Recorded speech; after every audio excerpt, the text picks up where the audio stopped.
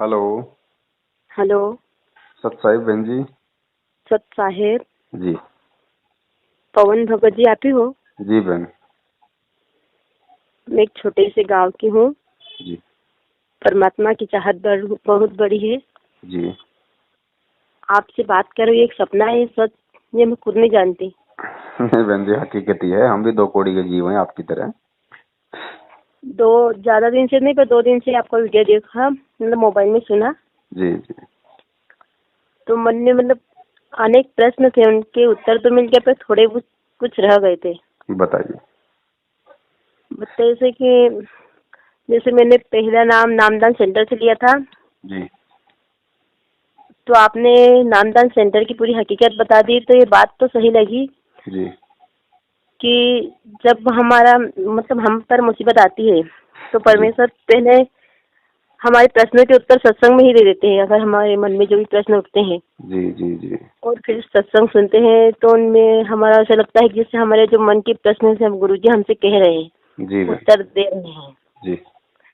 फिर ये लगा कि मर्यादा तो इतनी बड़ी है, हम थोड़ी कुछ तो निभा लेंगे, जी। लेकिन परिवार ये आदर्श भी देता है कि मतलब मालिक के घर है कि परिवार के बीच में रहकर भक्ति करो।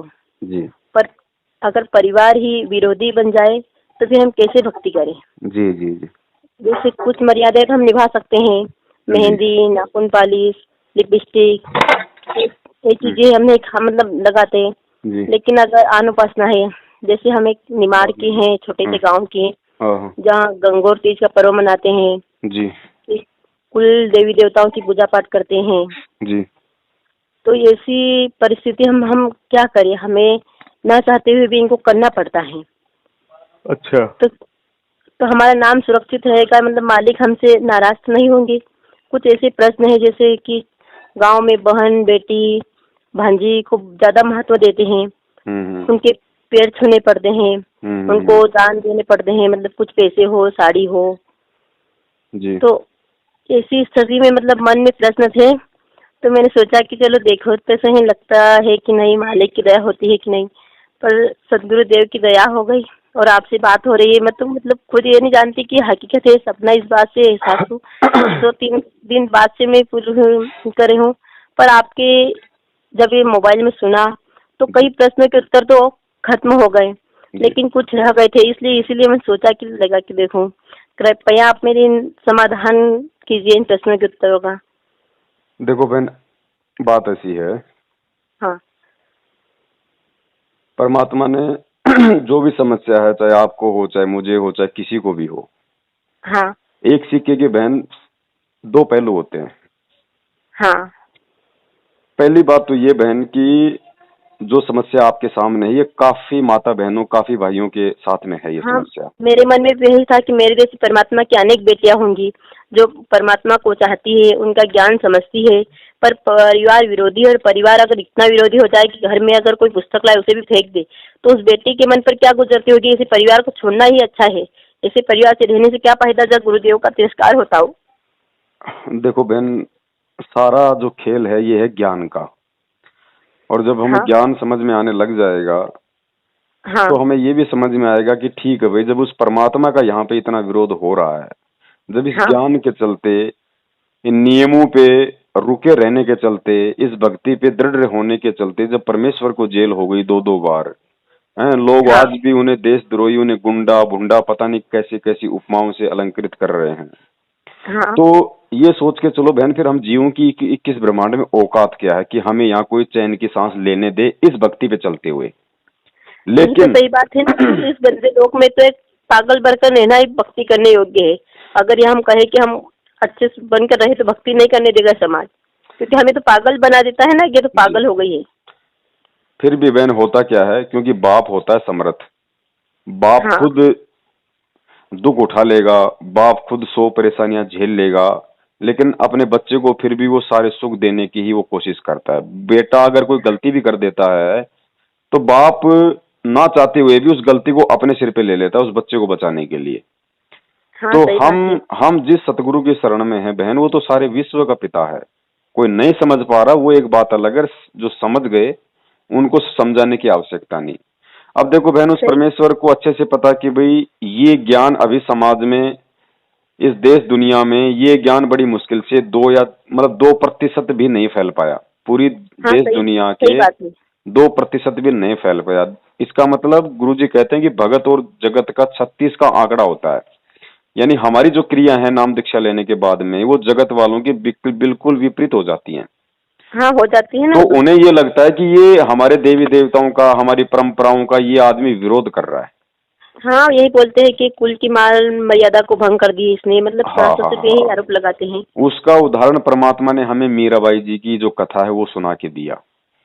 हाँ। ठीक है, मीराबाई ने किस तरीके से एक लड़की होकर, और आज से 250-300 साल पहले की वो घटना, जिस समय औरतों को भाई समाज में वो कितना सम्मान था, कितना उनको छूट थी, आप भी अच्छे से जानती हैं।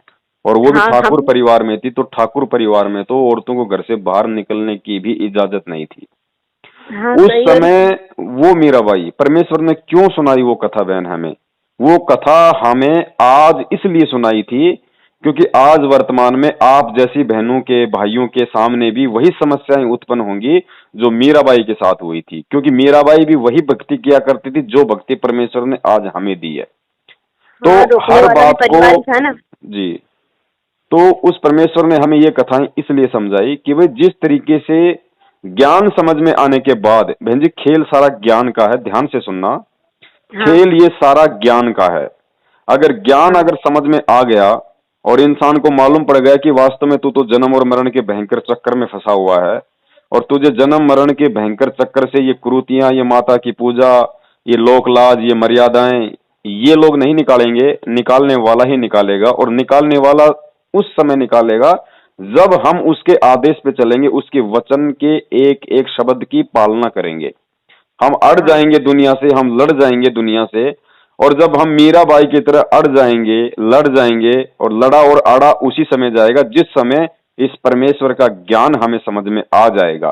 क्योंकि ज्ञान हमारे दिल को बहन जी पत्थर बना देगा, पत्थर। फिर उस परमेश्वर ने कहा कि जब तुम इतना संघर्ष के लिए तुम तैयार हो जाओगे, अपने आप को परमेश्वर के लिए इतना न्योछावर करने को तुम तैयार हो जाओगे, उस समय स्थिति क्या होगी? फिर परमेश्वर कहते हैं, जय तू चाल एक कदम, मैं चालू कदम 60।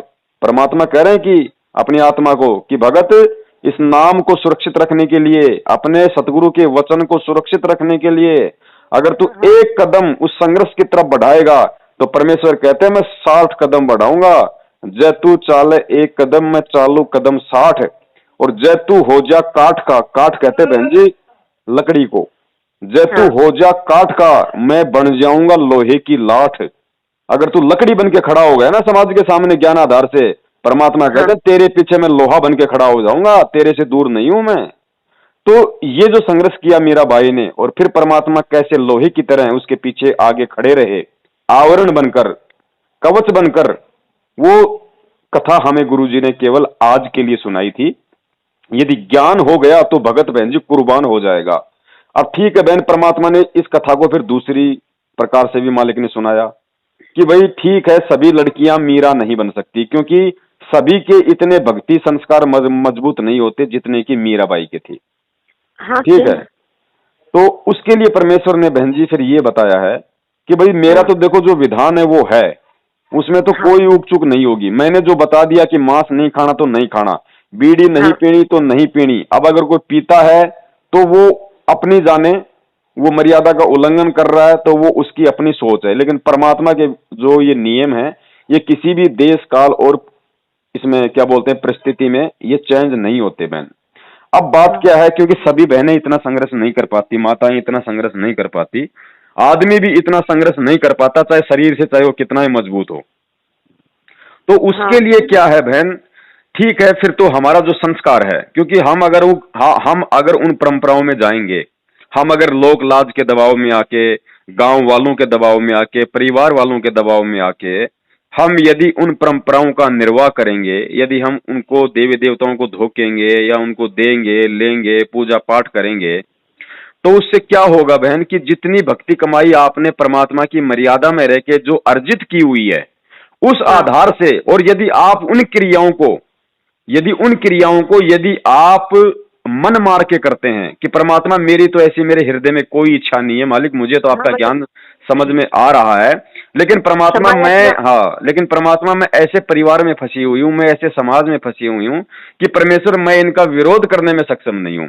तो बहन वो परमात्मा आपके अंतःकरण की बात को जानकर, क्योंकि भगवान अंतर्यामी है, उसको उसको जो मतलब कि दर्शाने की आवश्यकता नहीं है। हाँ ठीक है, सही वो बात है। परमात्मा तो अंदर की जानता है, उस आत्मा के, उस आत्मा की बात जानता है कि वास्तव में क्या है। तो परमेश्वर को पता है, यदि वो आत्मा उस अपने मालिक में भाव रखे कि परमात्मा मैं नहीं करना चाहती, अगर मेरे ऊपर ये प्रेशर नहीं होता तो मैं तो जिंदगी में भी आपका नाम नहीं तोड़ूं। ठीक है, यदि वो आत्मा उस मजबूरी में आकर, उस दबाव में आकर, चाहे अपने पति के दबाव में, चाहे सास ससुर के दबाव में, यदि वो हाँ उस काम को करती है और उस काम को करते ही वो मालिक की मर्यादाओं का खंडन होगा, तो परमेश्वर हाँ क्या करते हैं बहन, उस बहन के अंतःकरण की उस बात को जानकर कि इसके मन में क्या इच्छा है, क्या भाव है, क्या सोचकर ये काम कर रही है, ये अपने दिल से इन देव देवताओं को पूज रही है या इन देवी देवताओं का तो दिल में इसका कोई स्थान ही नहीं, कोई वास ही नहीं, ये तो मजबूरी में यह काम कर रही है। उस मजबूरी में समय करना बहन पड़ता है। परमात्मा आपकी रक्षा रक्षा करेगा, लेकिन आपकी रक्षा हाँ होगी उस समय, ऐसी बात नहीं कि आपकी रक्षा नहीं होगी, लेकिन वो आपकी रक्षा परमात्मा वर्तमान की भक्ति से नहीं करेगा, अपने आशीर्वाद से नहीं करेगा। जितने दिन आपने मर्यादा में रह के जो परमेश्वर की भक्ति की है, इन मंत्रों का सुमरण किया है, परमात्मा का हाँ भजन किया है, वो आपकी एक बैटरी चार्ज हो गई थी थोड़ी सी, तो परमात्मा केवल आपको उसका मतलब बैकअप मिलेगा, आपको केवल उसका बैकअप मिलेगा। अगर वो बैकअप 4 दिन का है तो 4 दिन तक चाहे आप ब्रह्मा विष्णु महेश के सिर पे डांस करती रहो, आपका बाल ही बाका नहीं होगा। और जिस दिन वो बैकअप खत्म हो गया, क्योंकि नाम तो उसी दिन खंड हो गया जिस दिन हमने वो क्रियाएं वो कर ली, और जिस दिन वो बैकअप खत्म हो गया बहन जी, उसी दिन फिर जो हमारा जो संस्कार था, यानी नाम लेने से पहले हमारी जो बैटरी चार्ज थी, जो पहले के जन्मों की, फिर उसी सिस्टम से फिर हमारा वो जीवन आगे का चलेगा, जब तक कि हम उन गलतियों की क्षमा याचना मांग के अपने परमेश्वर से दोबारा नाम ना जुड़वा लें। मुसीबत यही है कि पति भी विरोधी है, सास ससुर भी विरोधी है।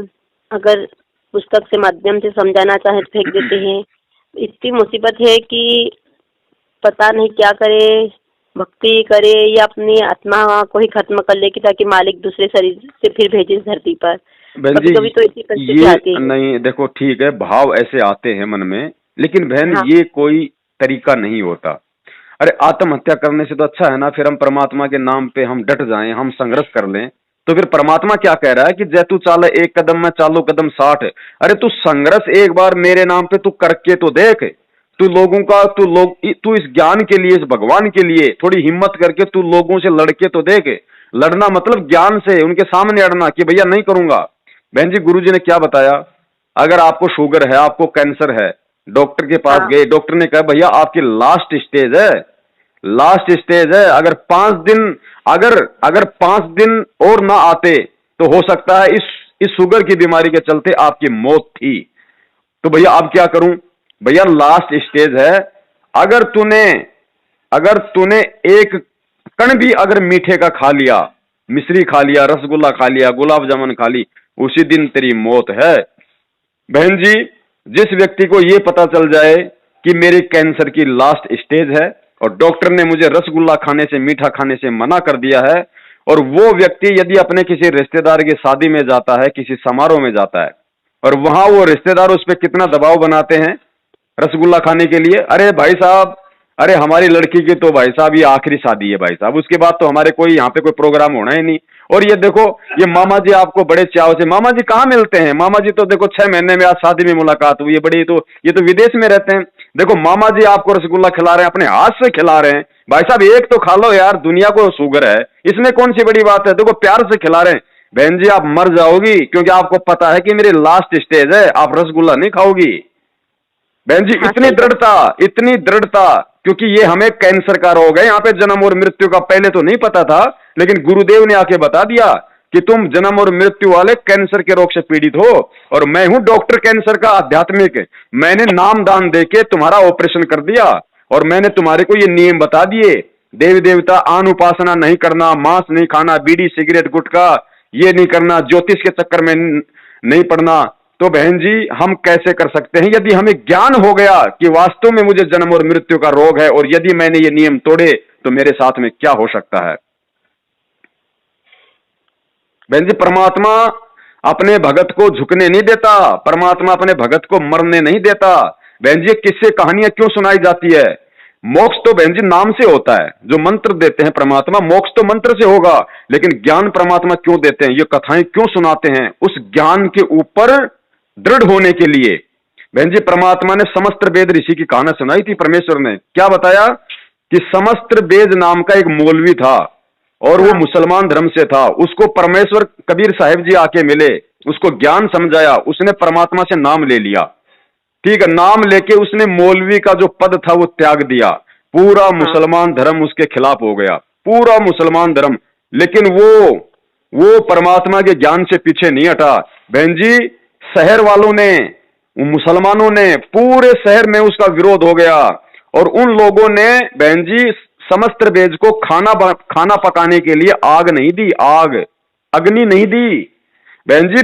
और लेकिन वो भगवान के नाम पे डटा रहा कि भैया कोई दिक्कत नहीं, आग नहीं मिले तो नहीं मिले, भूखा मर जाऊंगा लेकिन परमात्मा के नाम को खाऊंगा, इस नाम को नहीं छोड़ूंगा, मैं परमात्मा की मर्यादाओं को नहीं तोड़ूंगा। अब मैं वो मौलवी का काम नहीं करूंगा, मैं इन पत्थरों की पूजा नहीं करूंगा, मैं अपने पति को छोड़ के मैं इन पत्थरों को सिजदा नहीं करूंगा। बहन जी, पूरा शहर उसके खिलाफ, उसको खाना बनाने के लिए अग्नि नहीं दी। बहन जी, जब वो उस नाम पे टिका रहा ना, तो गुरु जी ने क्या बताया कि उस परमात्मा ने सूरज का मुंह नीचे कर दिया, सूरज का मुंह नीचे कर दिया, पूरा शहर तपने लग गया और उस समस्त वेद ने खाना बनाया, खाना खाया और पूरा शहर बहन जी जलने लग गया। सबने माफी मांगी, रोए, उसके पैरों में गिरे, तब परमेश्वर ने सूरज को वापस ठीक किया। बहन जी, ये वही तो परमात्मा है, ये वही तो कबीर परमेश्वर है जिसने समस्त वेद के लिए सूरज को नीचे किया था। तो हमारे लिए क्या नहीं कर सकता, लेकिन हम बहन जी, हमारे को भी तो समस्त वेद जैसा बनना पड़ेगा। अरे चुंबक का गुण है, वो किसी भी, वो लोहे को आकर्षित करती है, ये चुंबक का गुण है, लेकिन बहन जी लोहे को करेगी ना, प्लास्टिक को थोड़ी करेगी, मिट्टी को थोड़ी करेगी। हमें लोहे और चुंबक जैसा रिश्ता बनाना है। और बिल्कुल बहन जी, और फिर भी देखो बहन, अब ये आत्मा और परमात्मा के बीच का खेल है। ये मैं जो परिस्थिति आपकी है, जिन मुसीबतों में आप फंसी हुई हो बहन जी, मैं उसको महसूस तो कर सकता हूँ, लेकिन वो झेलना तो बहन आपको ही पड़ रहा है। आप कितनी दुखी हो, आप कितने परेशान हो, परमात्मा के लिए आपके हृदय में, आपकी आत्मा में कितना प्यार है, कितना सम्मान है, ये आप जान सकती हो। तो दास निवेदन करेगा, दास तो एक आपका भाई होने के नाते, जहां तक मुझे परमेश्वर ने सद्बुद्धि दी, मुझे ज्ञान दिया, और बहन मैं जो आपको ये बातें बता रहा हूं, इस तरीके से दृढ़ होने के लिए, अटल होने के लिए, मैं बहन आपको केवल इसीलिए बता रहा हूं क्योंकि आज के वक्त, आज के दिन इस दास के अंदर ये भाव है कि यदि मेरे साथ यदि ऐसा कुछ हो गया तो मैं बहन जी समस्त वेद की तरह अड़ जाऊंगा। इसलिए मैं आपको बोल रहा हूं, वरना मैं आपको बोलने का अधिकारी नहीं बहन। नहीं, आप तो हमारे हंस भाई है, इसीलिए तो आपकी आवाज में ऐसा सच्चाई छुपी हुई है। मैंने एक दो वीडियो देखे थे, उसमें भी आपने गुरुद्रोही का आरोप सुना था, पर आपकी जो वाणी में तेज है, वो तेज आपको ये नहीं कहता कि आप गुरुद्रोही हो सकते हो, क्योंकि आपने तो हम जैसे डूबतों को सहारा दिया है। कहते ना कि डूबते के लिए तिनका काफी है, उसी प्रकार आपने हम जैसे के लिए तो सही अर्थ बताई भक्ति का कि कैसे दृढ़ रहना है मीरा बाई की तरह। बहन जी, परमात्मा कुछ भी चेंज कर देगा, वो समर्थ है। हमें गीता जी में गुरुजी ने क्या पढ़ाया कि ब्रह्मा विष्णु महेश का रिमोट काल भगवान के हाथ में है। और गीता जी अध्याय नंबर 3 का श्लोक नंबर 13 या फिर 13 का 3, दास को ध्यान नहीं आ रहा, उसमें गुरुजी ने हमें क्या पढ़ाया, काल भगवान क्या बोल रहा है कि भाई अर्जुन, बलवानों का बल और बुद्धिमानों की बुद्धि मेरे हाथ में है। तो बहन, जिस 21 ब्रह्मांड के स्वामी ज्योति निरंजन के हाथ में जब बलवानों का बल और बुद्धिमानों की बुद्धि है, ब्रह्मा विष्णु महेश जैसों की, तो बहन जी जो आज हिसार जेल में बैठा हुआ ना, हाँ, उसके पास जो रिमोट है, उस रिमोट के अंदर काल भगवान की बुद्धि है। यानी उस काल भगवान का रिमोट सतगुरु रामपाल जी महाराज जी के हाथ में है। वो जब चाहे जो मर्जी उससे करवा दे। एक बहन जी एक बात बताओ, जिस काल भगवान ने अपनी औरत को अपना भेद नहीं दिया, ब्रह्मा विष्णु महेश उसके बेटे, उनको अपना भेद नहीं दिया, और दुर्गा को बोल दिया अगर मेरे विषय में किसी को बता दिया कि मैं काल हूं, मैं कहाँ रहता हूं और मैं जीव को खाता हूं, अगर मेरे विषय में किसी को बता दिया तो इससे अच्छा नहीं होगा। बहन जी उस परमेश्वर ने उसका रिमोट दबाया और महाभारत के युद्ध में श्री कृष्ण जी के अंदर प्रवेश करके गीता जी अध्याय नंबर 11 के श्लोक नंबर 32 में उस परमात्मा के रिमोट से वो तोते की तरह बोल गया कि अर्जुन मैं काल हूं, मैं सबको खाने के लिए आया हूं, मैं ऐसा करता हूं, मैं वैसा करता हूं। तो बहन जी जब आप उस परमात्मा के लिए जब आप उस हम समझते थे, हाँ हम यही समझते थे कि कृष्ण भगवान गीता कह रहे हैं, कृष्ण भगवान गीता कह रहे हैं। पर जब गुरु जी ने समझाई तब हमें पूरा ज्ञान समझ में आया कि गीता कहने वाला तो कोई और ही है। हम तो भ्रम में जी रहे थे कि कृष्ण भगवान ने गीता कही है, कृष्ण भगवान कहता कि मैं हूँ मैं हूँ। तो ऐसा लगता है कि सारी सृष्टि उसी से चल रही है। पर जब 11वें अध्याय के 31वें श्लोक में बताया है कि मैं काल हूँ, तब गुरुजियों ने बताया, तब हमारी आंखें खुली और उसी ज्ञान के आधार पर हम गुरु जी से इतने मतलब प्रेरित हुए। तो बहन एक बात बताओ, उस परमात्मा ने काल का रिमोट उसकी बुद्धि ऑफ क्यों की? आज आप और हम आत्माओं के लिए, हमें यह समझाने के लिए कि तुम जिसको भगवान मान रहे हो वो कौन है, वो काल है। तो बहन जी जब परमात्मा हमारे लिए सारे काम कर रहा है और हम उस परमात्मा के लिए अगर थोड़ा सा संघर्ष करेंगे तो क्या परमात्मा आपके उन गांव वालों की, आपके परिवार वालों की, क्या उनकी बुद्धि नहीं फेर देगा? हाँ सही बात है। तो परीक्षा भी एक पल के लिए लेते हैं, जैसे कि गुरुजी ने यही तो कहा कि भाई मीराबाई एक मीराबाई एक औरत होके, और जब वो संघर्ष समाज से कर सकती है, क्या उसके कोई चार हाथ पैर थोड़ी थे? तो क्या आज की लड़कियां नहीं कर सकती? हाँ सही बात है। ये गुरुदेव के वचन है ये। पर कभी कभी परिस्थितियां ज्यादा ही खराब हो जाती है, लड़ाई अब झगड़े उसके लिए तो बहन जी फिर वही है, क्योंकि देखो मालिक का विधान तो वही है। फिर उसके बाद तो बहन देखो, बहन जी कोई ऐसा तो है नहीं कि आप अगर उस देवता को अगर आप पूज लोगी या आप उस देवता को नारियल चढ़ा दोगी तो उसी समय जो मतलब तत्काल आपकी मतलब हार्ट अटैक आ जाएगा, ऐसा कुछ नहीं है बहन। ऐसा कुछ नहीं होता है। लोग गुरु जी से सार नाम तक लेके आज मतलब नकली पंथों में जा रहे हैं, कोई हनुमान पूज रहा है और उनके मतलब बल्ले बल्ले हो रही है। तो ये चीजें हैं अलग है, लेकिन वो परमेश्वर का पंजा हट जाएगा, उसने जो कमाई की है फिर वही उसको मिलेगी। अब ठीक है बहन, आपके अंदर क्या भाव है, आपका परमात्मा से कितना क्या लगाव है, कितना क्या आपसे वो कनेक्शन है। अब दास भी समझ पा रहा है इस बात को बहन। अगर आपका परमात्मा से कोई मतलब ही नहीं होता, अगर वो विशेष प्रेम आपका अगर अपने गुरु से नहीं होता, तो आप मुझे क्यों फोन करती? आप गांव वालों के कहने पे, अपने पति के कहने पे या घर वालों के कहने पे अपने देवी देवताओं को धोख लेती, मुझे बताने की क्या जरूरत थी? लेकिन आप नहीं चाहती कि मैं उनकी पूजा करूं, मैं वो परंपराओं में जाऊं।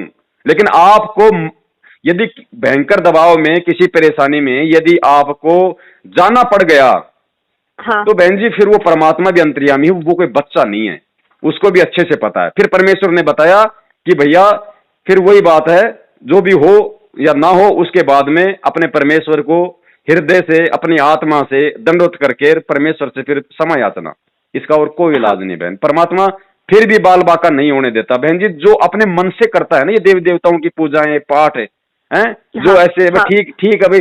कौन बहन जी इस भक्ति मार्ग में मार वो खाता जो आदमी दो नाव में सवारी करता है। और जो आदमी एक नाव में सवार हो गया, और यदि नाव में कोई ऐसा सिस्टम हो गया, कोई दिक्कत हो गई, कुछ भी हो गया किसी कारण से, यदि मजबूरी में वो किसी दूसरी नाव में जा रहा है, तो बहन जी उसका बचाव है। लेकिन जो मजाक में ठीक है भाई इधर भी खा लो और उधर भी खा लो, वो नहीं चलता। तो बहन जी उसके बाद फिर क्या होगा कि आप परमेश्वर, क्योंकि मालिक अंतर्यामी है बहन, परमात्मा को पता है कि भाई ये मतलब अपने हृदय से इन देव देवताओं की पूजा कर रही है या इस लोकलाज में आके कर रही है, वो फिर आत्मा और फिर परमात्मा के बीच का काम है बहन। फिर वो परमात्मा आपको क्षमा करे, परमात्मा आपकी रक्षा करे, क्योंकि वो रक्षा भी करता है, ऐसी बात नहीं है बहन कि वो रक्षा नहीं करेगा। जब उस परमात्मा ने बहन जी श्री कृष्ण जी को द्रौपदी ने अपना गुरु बना रखा था, जब परमेश्वर ने उसकी रक्षा की, और जिस समय मीराबाई ने जहर पिया वो श्री कृष्ण जी को मानती थी, वो कबीर साहब के संपर्क में नहीं आई थी उस समय तक, परमात्मा ने उसकी भी रक्षा की। जो प्रहलाद भगत था वो श्री विष्णु का पुजारी था, परमात्मा ने उसकी भी रक्षा की। तो बहन यदि आप ऐसी मजबूरी में, भयंकर आपत्ति में, यदि आप ऐसा कोई वो कर्म जो परमेश्वर के विधान के खिलाफ है, यदि आप वो कर भी लेती हो, तो बहन जी फिर वो परमात्मा और आत्मा के बीच का काम है। क्योंकि बहन उसने द्रौपदी ने जब द्रौपदी की जब परमेश्वर ने रक्षा की, और मीराबाई की जब परमात्मा ने रक्षा की, प्रहलाद भगत की जब परमात्मा ने रक्षा की, तो आपके काम करने में और उनके काम करने में रात दिन का अंतर है। क्योंकि उन्होंने संघर्ष किया था कि हम मतलब जैसे वो कह रहा था हिरण्यकश्यप कि भाई मैं भगवान हूं, मेरे को पूज। तो उसने कहा कि पिताजी आप भगवान नहीं हो, भगवान तो विष्णु है। यानी हाँ। वो भगवान के लिए था वो ज्यादा दृढ़, और मीराबाई भी श्री कृष्ण के लिए थी दृढ़। और वो क्या बोलते हैं जो द्रौपदी थी भाई, हाँ। वो जानबूझ के थोड़ी कोई नामल की साड़ी उतारने लग गई। अगर वो जानबूझ के साड़ी उतारती तो भगवान कैसे रक्षा करता उसकी। हाँ, लेकिन वो सही बात है। भयंकर मजबूरी थी, वो लास्ट एंड फाइनल था उसका। वो नहीं हाँ, उतारना सही चाह रही बात थी है। साड़ी, लेकिन जबरन लोग उतार रहे थे, तो परमेश्वर ने उसकी रक्षा की। तो बहन, आपके हृदय में, आपकी आत्मा में, आपके मन मंदिर में अगर सतगुरु रामपाल जी महाराज जी बसे हुए हैं, तो बहन जी हाँ। लोग आपको चाहे लाख दबाव दें, लोग आपसे चाहे लाख ब्रह्मा विष्णु महेश की पूजा करवाएं, बहन आपका बाल विवाह का नहीं होगा, बाल भी बाका। लास्ट एंड फाइनल बात ये है। ये सारी बातें दास ने आपको इसलिए समझानी पड़ी क्योंकि हाँ। कई बार हम लोग दो नावों में सवारी करते हैं, वहां परमात्मा रक्षा नहीं करता। अगर आपके हृदय में यदि वो मालिक बसा हुआ है, और यदि हाँ। आपकी कोई इच्छा नहीं है वो पूजा पाठ करने की, वो करने की, तो बहन चाहे आप कितना भी कुछ आपसे वो करवा लें, कितना भी कुछ हाँ। करवा लें, आपका बाल विवाह का नहीं होगा, ना ही परमात्मा आपसे बहन जी नाराज होगा। लेकिन हिम्मत तो ये आज नहीं तो कल ये आपको दिखानी पड़ेगी, क्योंकि परमेश्वर बोलते इसलिए बहन, क्योंकि आज आपने अगर उनके दबाव में आके ये काम किया, तो बहन जी हाँ। दोबारा से फिर आपसे वो काम करवाएंगे, तीसरी बार फिर आपसे काम करवाएंगे हैं। और आज यदि आपने संघर्ष कर लिया, तो बहन जी वो 20 को बताएंगे कि रे अरे उसके पास जाने की जरूरत नहीं है भाई, वो मानती तो है नहीं, वो इन देव देवताओं को पूजती तो है नहीं। तो परमात्मा हाँ। आपका पीछा छुड़वा देंगे।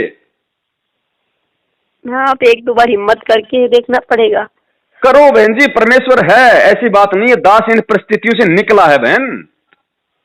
बहन जी मेरे घर पे नामदान केंद्र था, अगर मुझे हराम की खाने की आदत होती तो आज मैं स्कॉर्पियो गाड़ी में घूम रहा होता, मैं रोड पे खड़ा होकर दही बड़े नहीं बेचता आज। लेकिन आज परमेश्वर ने ऐसी दया कर रखी है, अगर मैं चाहूं तो मैं जो स्कॉर्पियो मेंटेन कर सकता हूं बहन। लेकिन उस समय दृढ़ रहा बहन, तभी तो परमेश्वर ने दया की। तो भक्ति तो बहन जी यही है, और समय ज्यादा है नहीं। अब इसीलिए तो हाँ। परमात्मा कहते हैं, अब भाई अगर हम भक्ति पे भी लग रहे हैं भाई, ऐसे अगर टूटी फूटी लग रहे हैं, तो फिर टूटी फूटी ही परमात्मा फिर हमारी सहायता करता है। हाँ। तो बहन दास तो निवेदन अपनी बहन से यही करेगा कि भाई हाँ। सबसे पहले तो संघर्ष, क्योंकि वो परमात्मा खुद हमें प्रैक्टिकल करके दिखा रहा है, खुद परमात्मा सच्चाई के लिए संघर्ष करके दिखा रहा है।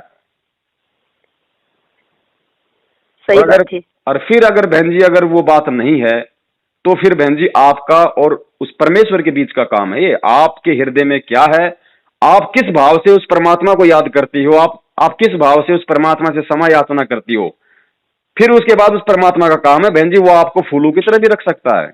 वो मालिक का काम है, क्योंकि आप उसकी बेटी हो बहन जी, हमारी नहीं हो।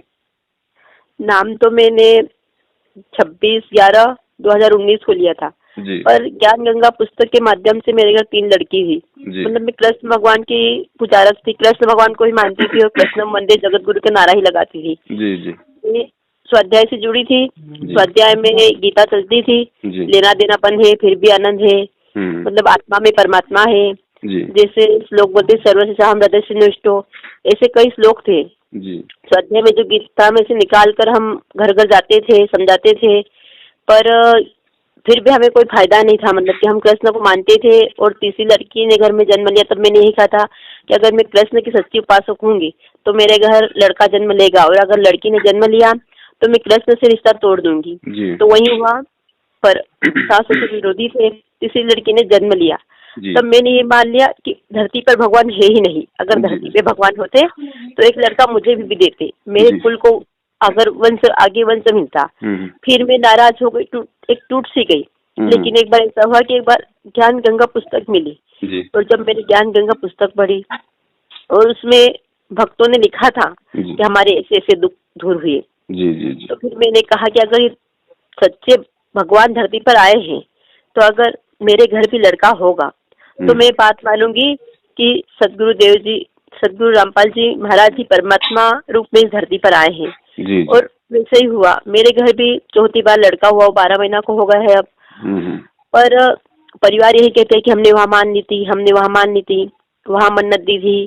तो इस ना चाहते हुए भी मुझे मतलब मन्नतें देनी पड़ी परिवार के दबाव में आकर, कि मेरी आत्मा में तो बस यही था कि मुझे दिया है तो मेरे सदगुरु देव जी के आशीर्वाद से ही लड़के ने घर जन्म लिया है। पर परिवार इस बात को नहीं मानता था। वो कहता था कि वो तो हमने वहाँ मान ली, इसीलिए तो घर में लड़का हुआ। ना चाहते हुए भी फिर भी वहाँ अनुपासना करनी पड़ी। फिर भी 26/11/2019 को माखन छगावा या खंडवा से नामदान सेंटर पे गई, नाम लिया, फिर घर में आकर कहा तो दूसरी बार जाने के लिए मना कर दिया। फिर मन में यही कसक थी कि पता नहीं, क्योंकि सतनाम और सारनाम की इतनी तरफ होती है कि इंसान मरने के लिए तैयार हो जाता है कि अगर परमात्मा का सच्ची भक्ति नहीं मिली तो क्या करूँ इस गंदे लोक में, अगर इस गोल्डन जीवन में अगर जन्म जीवन स्वर्ण जीवन में और परमात्मा ही नहीं मिले तो धिक्कार है इसी जीवन पर। क्या मतलब इसी जीवन में रहकर, क्योंकि सतनाम और सारनाम की तड़प इस तरह होती है कि सारी दुनिया एक छोटी सी लगती है और बस परमात्मा ही सब कुछ लगते हैं। तो मन में ऐसे कई प्रश्न थे। रोज शाम को परमात्मा के सामने आके रो लेती थी, मालिक बस आप ही दया करना, आप कई बार कभी न कभी आपकी बेटी को नाम दे देना।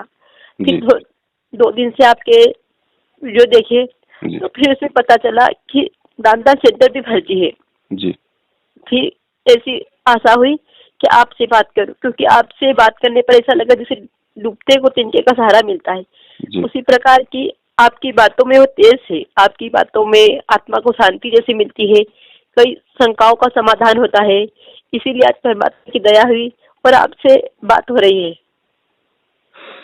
बहन, ये बहुत बड़ा खेल है, बहुत बड़ा जाल है ये काल भगवान का। अब जो आपकी समस्या है ना, अब ये समस्या बहन जी आपको अच्छे से पता है कि ये समस्याएं आज कम से कम 70% भगत समाज के सामने है। ठीक है। अब देखो क्या कितनी बड़ी चाल खेली इस काल भगवान ने, इस मैनेजमेंट को निमित्त बना के। मैनेजमेंट वालों ने सन 2019 में यानी पिछले साल इन्होंने एक पर्चा निकाला। उस पर्चे में इन्होंने लिखा कि हिसार जेल से गुरुजी का आदेश और भक्तों को समाज में स्थान बनाने के लिए नियमों में दी गई छूट। ठीक है, आपने भी शायद वो पर्चा देखा होगा मेरे हिसाब से। फिर उस पर्चे में फिर उस पर्चे में नीचे लिखा गया 1 नंबर, यदि बहन किसी ऐसे परिवार में ब्याही जाती है, शादी हो जाती है, वो अनुपदेशी हैं और वो अगर उस बहन को कोई माता जी की धोख लगवाते हैं, कोई अपने पितरों की धोख लगवाते हैं, तो वो बहन पितरों की धोख लगा सकती है और मन में ये सोच ले कि मैंने तो धोख लगाई नहीं। नंबर 2, यदि नाम उपदेशी बहन से उसके ससुराल वाले, उसके परिवार वाले यदि मांस खाते हैं और यदि उस बहन को मांस पकाने के लिए कहते हैं तो वो बहन मांस पका सकती है और मन में ये सोच ले कि मैंने तो मांस पकाया ही नहीं। यदि बहन किसी ऑफिस में काम करती है और वहां पे यदि वो लिपस्टिक वगैरह लगानी पड़ जाए तो वो होठों पे लिपस्टिक लगा सकती है, मेकअप कर सकती है, और ये सोच ले कि मैंने तो लिपस्टिक लगाई ही नहीं। ठीक है, ये इनके नियम है बहन जी, ये इन लोगों के, ये संगत को काल के मुंह में ठोकने के लिए। अब सुनो बहन, अब एक बात बताइए, हमें परमेश्वर ने सीधी सी बात बोल दी कि भाई 100 वर्ष सतगुरु की पूजा, एक दिन आन उपासी, वो अपराधी आत्मा फिर पड़े काल की फांसी। ये कबीर परमेश्वर के वचन हैं जो कभी यही बात तो मेरे मन में बसी हुई है। तो अब आप ये बताइए बहन जी, मैं तो मेरी बताता हूं, जब उस परमेश्वर का इतना बड़ा विधान है, इतना बड़ा नियम है, वो परमेश्वर कहता है कि 100 वर्ष सतगुरु की पूजा, एक दिन आन उपासी, यानी 100 वर्ष तो तूने मेरी पूजा कर ली सतगुरु रूप में, और एक दिन भी यदि तूने अपने मन में भी यदि तू किसी देवी देवता के प्रति भाव ले आया कि देखो जरा ये भी कुछ लाभ देते हैं क्या, जरा इनसे भी कुछ लाभ ले लूं, इस दृष्टिकोण से यदि तूने किसी साधु संत महात्मा या किसी अन्य देवी देवता की यदि तूने उपासना भी कर ली, अपने मन में भी सोच लिया, उसी दिन तू सतगुरु से दूर, तेरी 100 वर्ष की भक्ति भी नष्ट हो जाएगी। अब एक बात बताओ बहन, मैं एक पति हूं और मेरी पत्नी अपने ससुराल गई हुई है, और हो सकता है ऐसा कोई दबाव उसके ऊपर पड़ गया हो या ऐसी मुसीबत में वो फंस गई हो और वो मुझे फोन करे कि जी मेरे साथ तो ऐसी ऐसी मुसीबत आ गई, यहाँ तो कुछ लोग मुझे जबरदस्ती शारीरिक संबंध बनाने के लिए बोल रहे हैं। तो मैं उसका पति क्या उसको ये सलाह दूंगा कि कोई बात नहीं, तू उनके साथ में, सबके साथ में शारीरिक संबंध बना ले, और मन में ये सोच ले कि मैंने तो बनाया ही नहीं। बहन जी, हम तो आत्मा एक पत्नी है और हमारा परमात्मा ही पति है। बहन जी एक बात बताइए, जब अगर मुझे इस बात का मालूम चले कि मेरी पत्नी जो बल्कि गैर चलन की है, या मेरी पत्नी किसी और के साथ में शारीरिक संबंध बनाती है या बनाने की सोच रही है, या मेरी पत्नी यदि मेरे आगे किसी गैर पुरुष यदि फोन पे मीठी मीठी बातें करती है, बहन जी आग नहीं लगती? सही बात है। तो बहन जी वो परमात्मा को बताने की जरूरत क्या है, वो तो उस पत्नी के हृदय में बैठा हुआ है, वो तो हाँ, सही बोलने बात की है। छोड़ो, करने की छोड़ो, उसके दिमाग में क्या चल रहा है वो तो वो जानता है। तो वो कैसे अपना लेगा फिर हमें? फिर हमारा पतिव्रता धर्म रह कहाँ गया? हम मालिक सदगुरुदेव यही तो बताते हैं बार बार सत्संग में।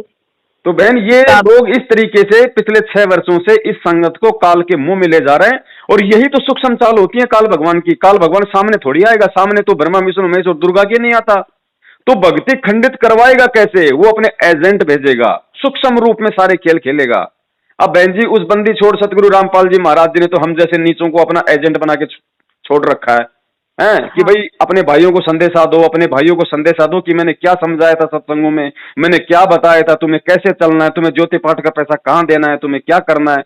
और ये क्या कर रहे हैं? उसी गुरु की आड़ में, क्योंकि काल भगवान ने क्या कहा था उस परमात्मा को जब परमात्मा जोगजीत रूप में आया था, और काल हाँ, भगवान ने जब सारे वचन ले लिए तो हंस के क्या बोला परमात्मा से कि जाओ जोग जी संसारा जीव न मानस कहा तुम्हारा। फिर क्या बोला कि तुम्हारा नाम ले, कि तुम्हारी आड़ ले, कि तुम्हारी मतलब तेरे नाम पे सारे काम करूंगा। तो आज गुरु जी आज के यही तो होने लग रहा है। आज गुरु जी के आदेश के नाम पे तो सारे काम हो रहे हैं। पीला पर्चा आ गया, गुरु जी का आदेश जेल से, गुरु जी का आदेश, गुरु जी की ऑडियो, वकील गुरु जी से मिल के आया, मंजू अंजू गुरु जी से मिल के आई। अरे भाड़ में जाओ मंजू अंजू और वो अनारो माई, हमें क्या लेना देना उनसे? हमें परमात्मा के बेटा बेटे की हमने कोई वो खीर खाई है क्या?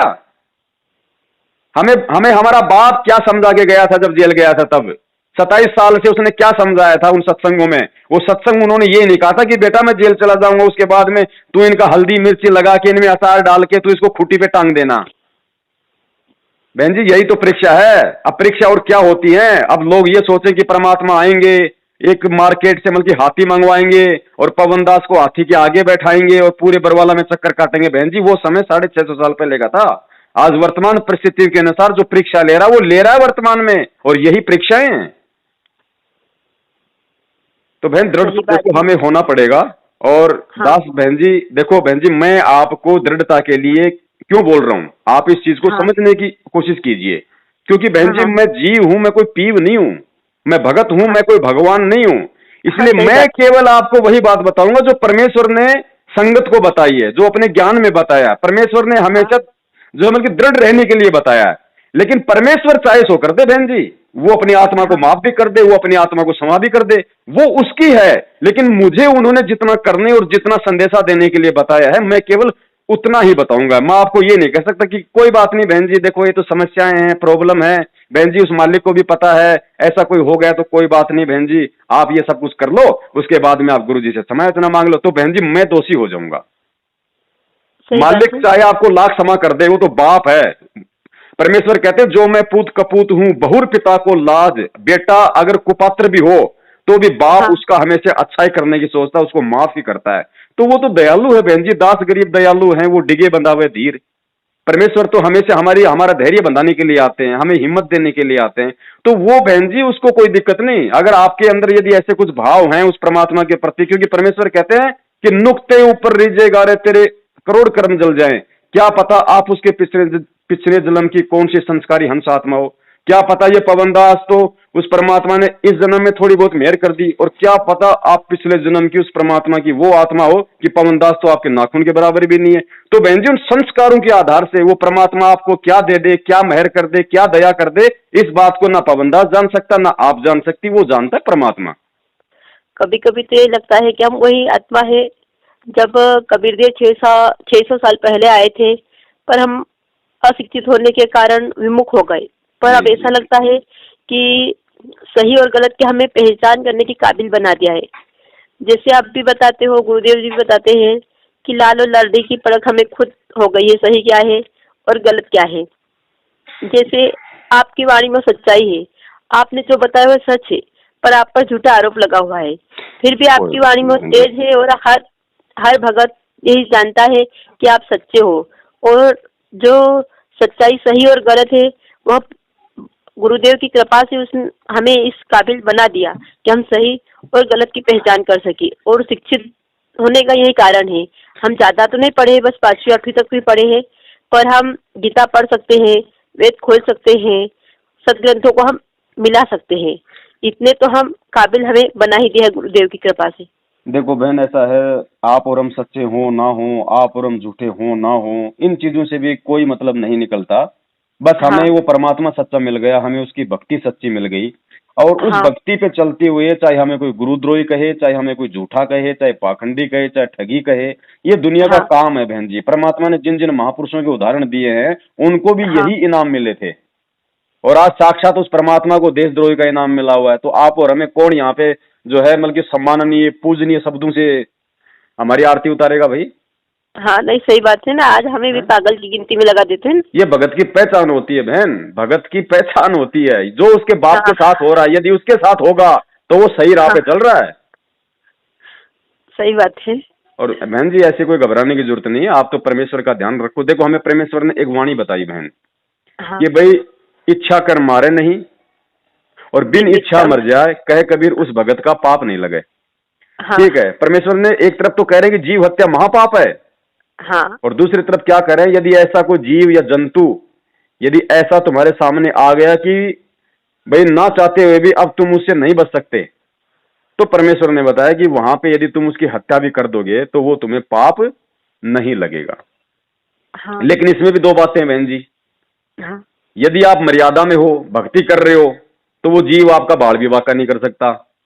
हाँ ठीक है, और यदि आपकी मर्यादा खंडित है, और यदि ऐसी कोई नौबत आ गई और आपने उसकी हत्या कर दी, तो फिर वो दोष भी लग गया।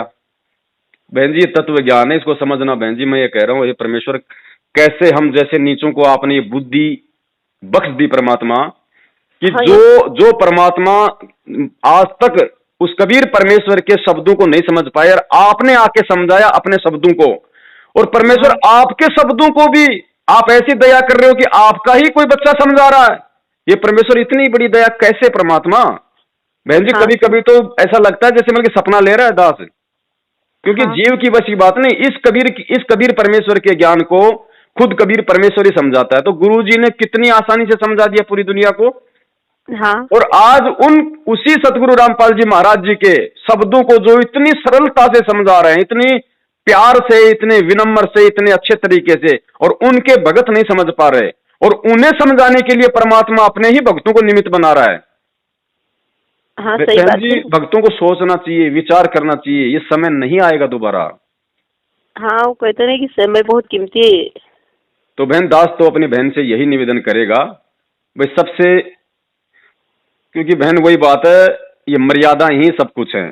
देखो छोटी मोटी त्रुटियां हो जाएं बहन जी, उनमें कोई दिक्कत नहीं है। आप अपने बच्चे के हाँ थप्पड़ मार दो, कोई दिक्कत नहीं। किसी बहन पे कोई मतलब की गलत नजर पड़ गई, पड़ जाती है बहन जी, क्योंकि देखो गुरु जी कहते हैं कि भाई जैसे नाम लेने से पहले कोई आदमी मतलब की शराब पिया करता था, हाँ, है, अब ये थोड़ी है कि बहन जी नाम लेते ही एकदम से मतलब कि हरिश्चंद्र बन गया हो।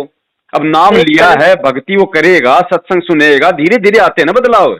हाँ, अब बोल कर अगर वो तो किसी बताते दारू हैं। के ठेके के आगे से निकल रहा है, और थोड़ी सी उसके जी में आ जाती है कि यार पिए कि नहीं पिए, लेकिन फिर तुरंत उस परमेश्वर का ज्ञान समझ में आ जाता है कि हे गुरु जी कह रहे शराब पीवा कड़वा पानी 70 जन्म कुत्ते के जानी, तो वो चुपचाप सीधा निकल जाता आगे। तो उसके मन में जो सोच आई ना, उस सोच से नामखंड नहीं होता, वो तो काल की प्रेरणा थी।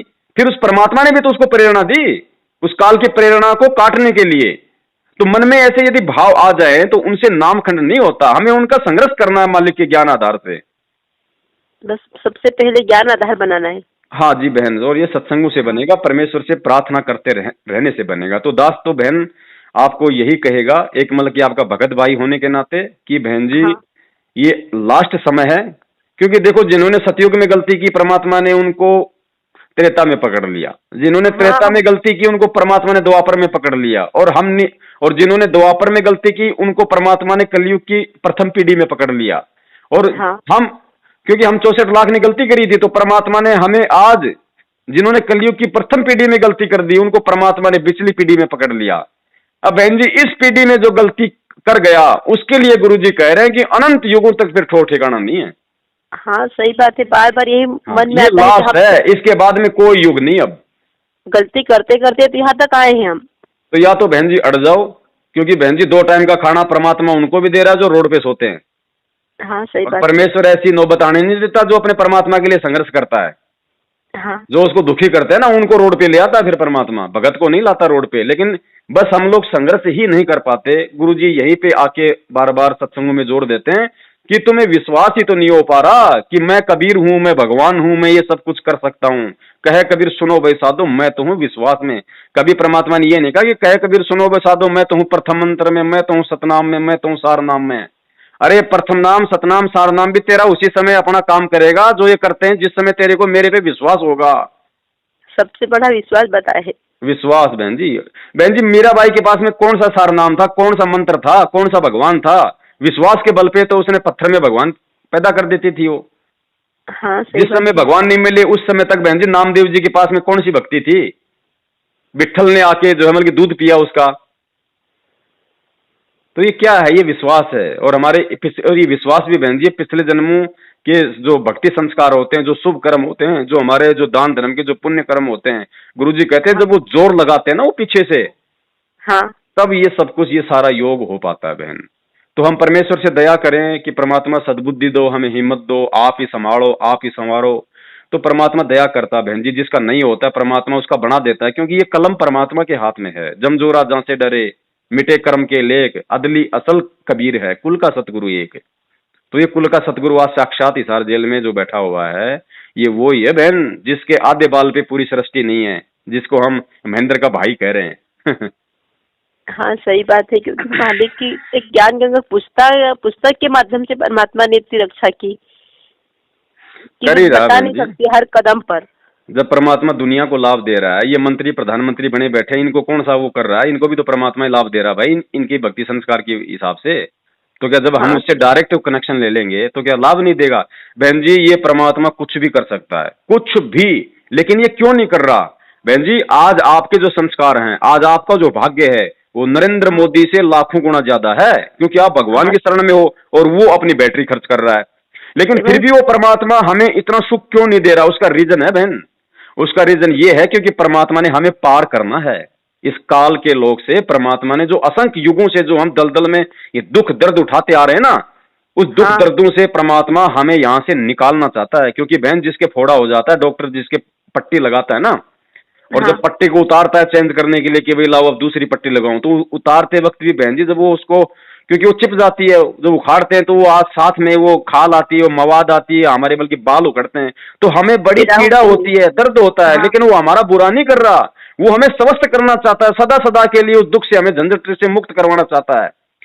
तो बहन जी ये डॉक्टर आध्यात्मिक सतगुरु रामपाल जी महाराज जी, हमारे ये फोड़ा हो रहा है ये जन्म मरण का। अब ये परमात्मा चाह रहा कि जब इसने नालायक ने अनंत युगों तक गधा कुत्ता सुअर बन के दुख उठाया है, तो 10 20 30 हाँ साल का इसका जीवन है, थोड़ा और उठा लेगा, कम से हाँ कम सही इसका बात रोग है। तो काट दूं। तो ये चीजें हमें समझ में आएंगी ज्ञान से कि डॉक्टर मेरा रोग काटना चाह रहा है या जबरदस्ती मेरे अंदर कोई मतलब थोड़ा मार रहा है। तो बहन जी थोड़े बहुत दुख दर्द हैं, ये आपके साथ नहीं है बहन जी, आपसे भी भयंकर भयंकर बहुत लोगों के पास में, जिनके दास के पास में फोन आते हैं। और दास तो हाँ बहन इन परिस्थितियों से निकल चुका है। देखो हर किसी की एक जैसी समस्या नहीं होती। आपको मान लीजिए इस तरह की परेशानी है, तो इस तरह की परेशानी को तो बहन आप झेल सकती हो, कोई बड़ी बात नहीं है। ये कोई बहुत बड़ा कोई वो नहीं है।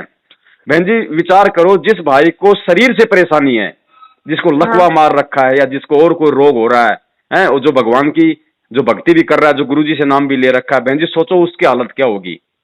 अरे आपको तो खाली मानसिक पीड़ा हो रही है बहन जी, उसको तो शारीरिक पीड़ा हो रही है। हाँ हैं? तो बहन जी वो भी तो सोचो, वो भी तो उस चीज को मतलब कि सहन कर रहा है। मानसिक पीड़ा सहन करना तो बहुत मतलब छोटी सी बात है। जब भगत इंसान शारीरिक पीड़ा को मतलब कि मतलब सहन भी कर रहा है और परमात्मा की भक्ति भी कर रहा है कि परमात्मा ठीक करेंगे, कभी तो परमात्मा दया करेगा, इस विश्वास पे। तो बहन जी या तो अड़ जाओ, या फिर आपका जो भी संस्कार है और आप और उस परमेश्वर के जो बीच का जो खेल है बहन जी, आप उसकी कौन सी हाँ आत्मा हो, क्या आपके संस्कार हैं, उस आधार से फिर वो परमेश्वर बहन जी, मालिक तो बहन जी हमेशा देखो साथ ही रहता है। मालिक को तो पता है, वो तो अपने अंतरात्मा को पकड़ता है बहन कि भाई ये क्या काम कर रही है और उसके भाव क्या है। अब जैसे मैं आपसे बात कर रहा हूँ और हाँ समझाते समझाते हो सकता है मेरे मुंह से कोई ऐसा शब्द निकल जाए जो नहीं निकलना था, मैं नहीं निकालना चाह रहा था। तो वो परमात्मा उन शब्दों को नहीं देखता कि मुंह से क्या निकाल दिया, लेकिन मैं अंदर से क्या बोलना चाह रहा था उस भाव को देखता है परमात्मा। हाँ सही बात है। तो आप जो भी कुछ करोगी, मान लो अगर नहीं संघर्ष आपसे हो पा रहा, यदि आप ऐसी कोई क्रिया करती हो, तो हाँ परमेश्वर बहन जी फिर उस क्रिया को नहीं देखता, परमेश्वर फिर आपके अंतःकरण को देखता है कि मेरी बेटी के अंदर क्या भाव है। हाँ सही बात है। ये है बहन। तो तो आप मन को परमेश्वर शांति को ही मिलती। आप प्रार्थना करो।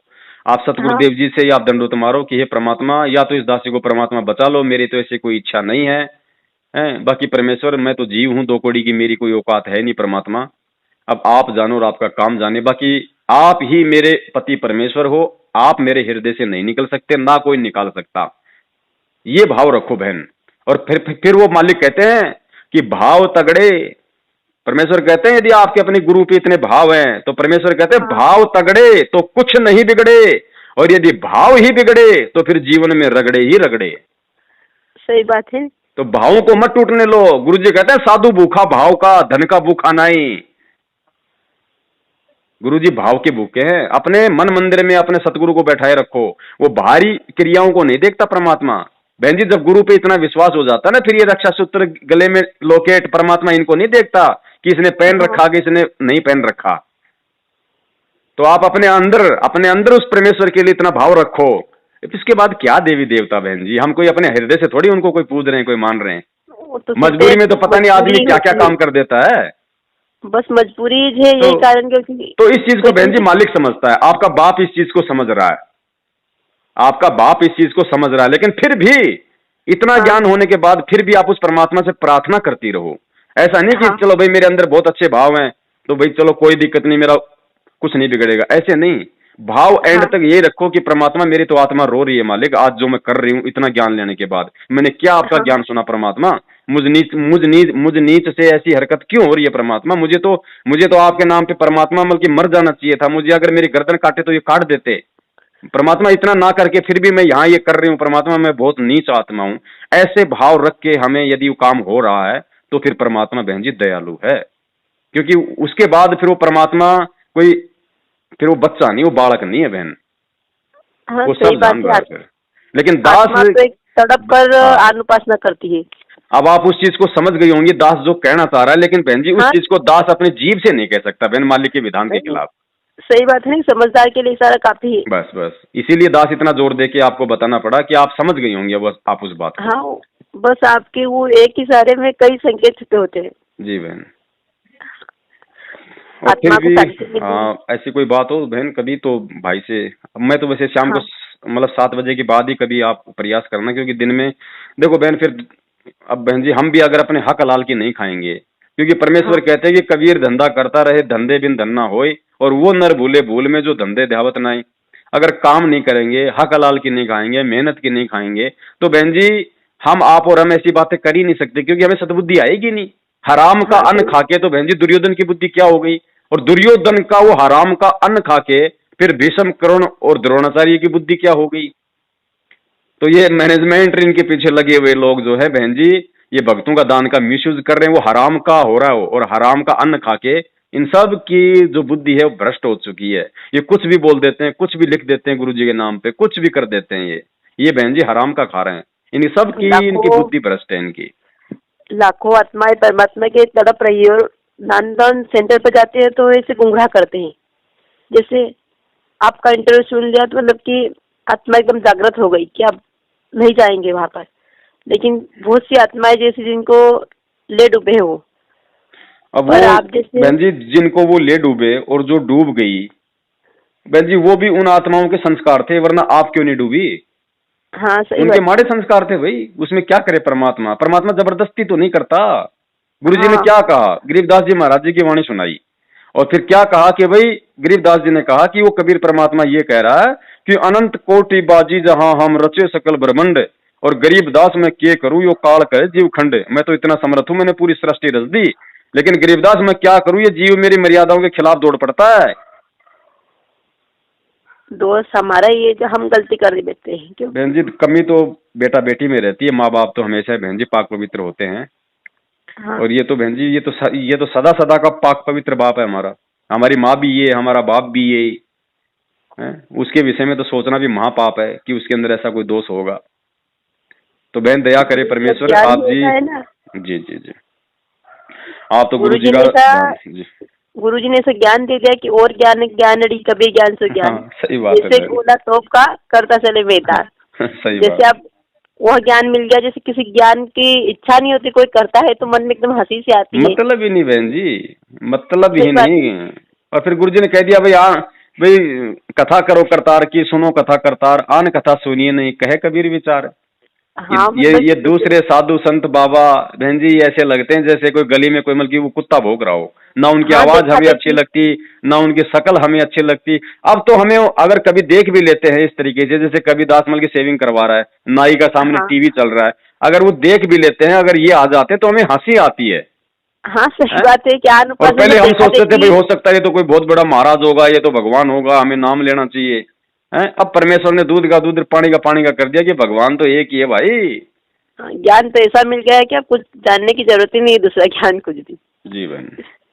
अच्छा बहन, दास की मोबाइल की बैटरी भी जा रही है, कम से कम को सैकड़ों भाइयों के मिस कॉल भी आ गए क्योंकि ये हाँ बहुत लंबी बात हो गई, शायद ही मैंने किसी से इतनी बात की हो। आज मतलब अब आत्मा को शांति मिली है। मैंने दिन भर से यही सोचा है कि बात करूंगी, शाम को बात करूंगी। दिन भर से मतलब मन में ऐसे विचार आते थे, ये बात पूछूंगी, ये बात पूछूंगी। चलो बहन ठीक है, फिर आप भी खाओ हाँ खाना, काफी टाइम हो गया है ना। हाँ। हाँ सत साहेब बहन, जय हो बंदी छोड़ की। सत्ता है जगबंदी छोड़ की। भाई जो गुरु बचन पे डट गे रकट गे फंद 84 के। भाई जो गुरु बचन पे डट गे रकट गे फंद 84 के।